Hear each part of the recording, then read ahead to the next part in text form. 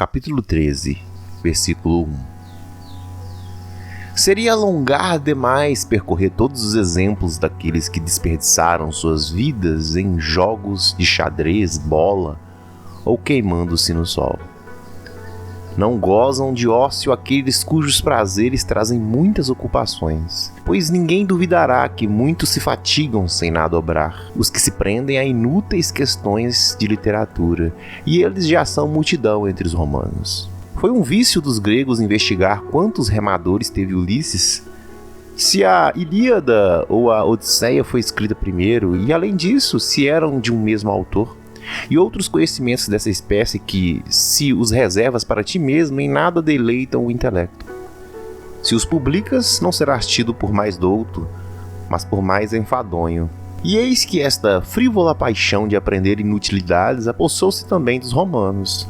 Alguns dias ouvi certa pessoa relatando qual foi o primeiro dos generais a fazer tais e tais coisas. Que Duílio foi o primeiro a vencer uma batalha naval, e que Cúrio Dentato foi o primeiro a conduzir elefantes no seu cortejo triunfal. Mas esses assuntos, ainda que não conduzam à verdadeira glória, versam sobre exemplos de feitos cívicos. Tal ciência não acarreta benefício algum, embora nos prenda a atenção pela futilidade dos feitos. Perdoemos também aos que pesquisam assuntos como este. Quem foi o primeiro a persuadir os romanos a embarcar num navio? Foi Cláudio, e por este mesmo motivo cognominado Caudex, porque entre os antigos a reunião de várias tábuas chama-se Caudex. Daí o nome de códices das tábuas da lei. E ainda hoje as naves que carregam provisões pelo Tibre são chamadas, segundo a maneira antiga, de codicária.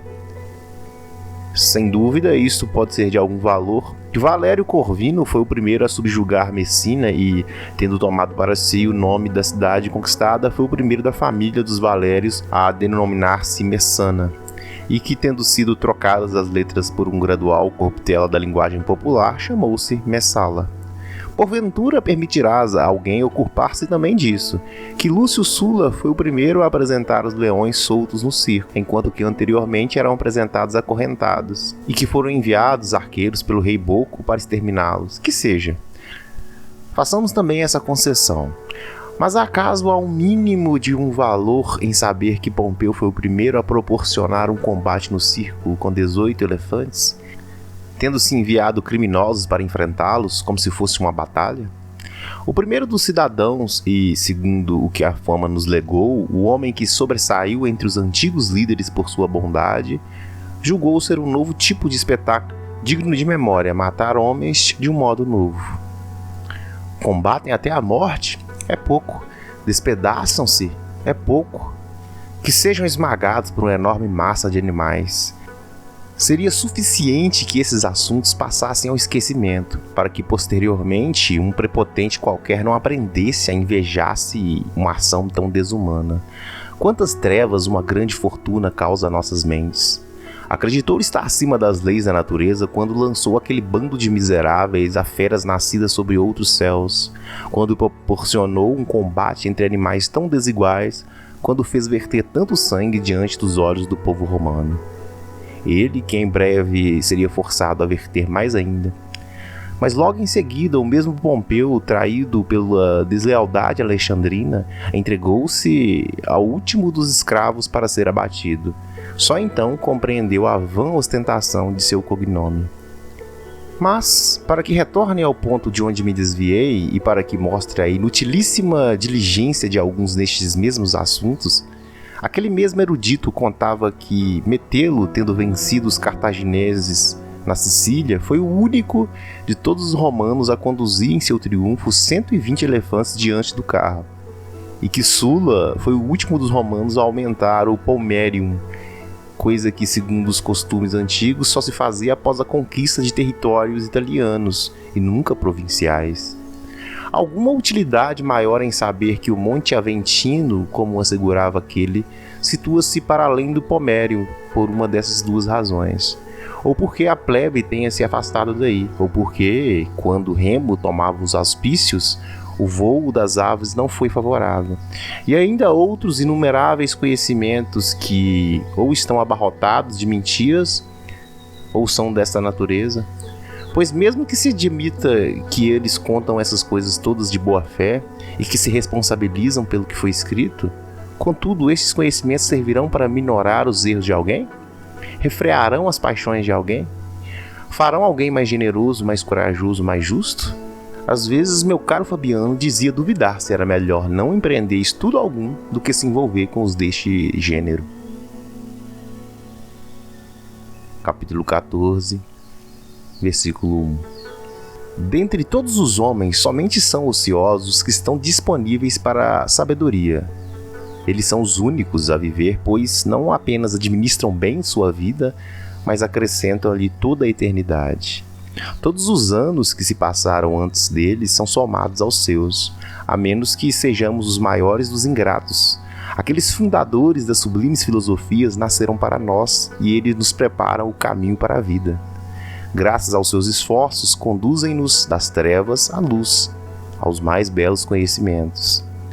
Não nos é vedado o acesso a nenhum século, somos admitidos a todos. E se desejamos, pela grandeza da alma, ultrapassar os estreitos limites da fraqueza humana, há um vasto espaço de tempo a percorrer. Poderemos discutir com Sócrates, duvidar com Carneades, encontrar a paz com Epicuro, vencer a natureza humana com a ajuda dos estoicos, ultrapassá-la com os cínicos.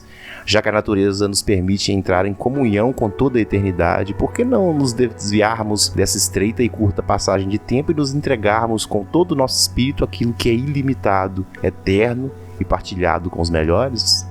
Os que se desdobram com muitos compromissos sociais, que agitam a si mesmos e a outros bem conscientes de suas tolices, após terem percorrido diariamente as soleiras de todos e não ter deixado de entrar em nenhuma porta aberta, após terem levado sua interesseira saudação à volta das mais remotas casas, quão pouco não terão eles visto numa cidade tão grande e dilacerada por várias paixões? Quantos haverá cujo sono, dissolução ou grosseira não os afastará? Quantos, após os terem torturado com uma longa espera, não passarão por eles fingindo estarem apressados? Quantos não evitarão aparecer no átrio repleto de clientes, escapando por portas secretas, como se fosse menor descortesia enganar do que despedir?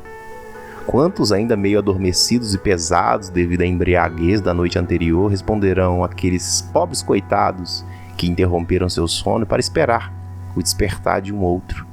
Com o bocejo mais arrogante, mal levantando os lábios, podemos afirmar que se dedicam a verdadeiros deveres somente aqueles que desejam estar cotidianamente na intimidade de Zenão, Pitágoras, Demócrito, Aristóteles, Teofrasto e os demais mestres de virtude. Nenhum deles deixará de estar à nossa disposição, nenhum despedirá o que o procurar, sem que o faça mais feliz e mais devotado a ele. Nenhum permitirá a quem quer que seja partir de mãos vazias.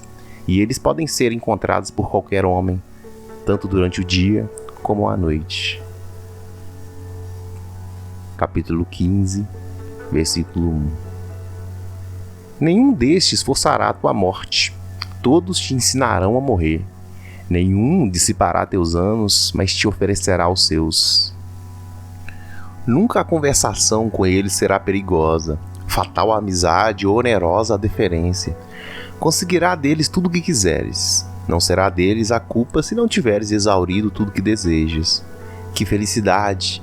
Que bela velhice não aguarda o que se dispôs a ser seu cliente. Ele terá com quem discutir sobre as menores, bem como sobre as maiores questões, a quem consultar diariamente sobre si mesmo, de quem ouvir a verdade sem ofensa e ser louvado sem adulação, a cuja semelhança se possa moldar. Costumamos dizer que não está no nosso poder escolher os pais que a sorte nos destinou, mas que nos foram dados ao acaso. Contudo, é-nos permitido ter o nascimento segundo a nossa escolha. Existem famílias dos mais nobres espíritos, escolhe a qual delas queres pertencer, e receberá não apenas seu nome, mas também seus próprios bens, que não terás de vigiar miserável e mesquinhamente, pois, quanto mais forem partilhados pelos homens, maiores se tornarão. Estes te darão acesso à eternidade, te levarão àquelas alturas de onde ninguém se precipita. Esta é a única maneira de prolongar a existência mortal e, até mais, de convertê-la em imortalidade. As dignidades, os monumentos, tudo o que a ambição impôs por decretos ou construiu com o suor, depressa há de cair em ruínas. Não há nada que a longa passagem dos anos não destrua ou desordene, mas ela não pode tocar nos conhecimentos que a sabedoria consagrou. Nenhuma idade os destruirá ou diminuirá. As seguintes e as sucessivas sempre hão de aumentá-los ainda mais. Pois a inveja tem olhos apenas para o que está próximo de si, e admiramos com menos malícia o que está distante. Portanto, a vida do filósofo estende-se por muito tempo, e ele não está confinado nos mesmos limites que os outros. É o único a não depender das leis do gênero humano. Todos os séculos servem-no como a um Deus. Algo distancia-se no passado, ele recupera com a memória. Está no presente, ele o desfruta. Há de vir no futuro, ele o antecipa. A reunião de todos os momentos num só torna-lhe longa a vida.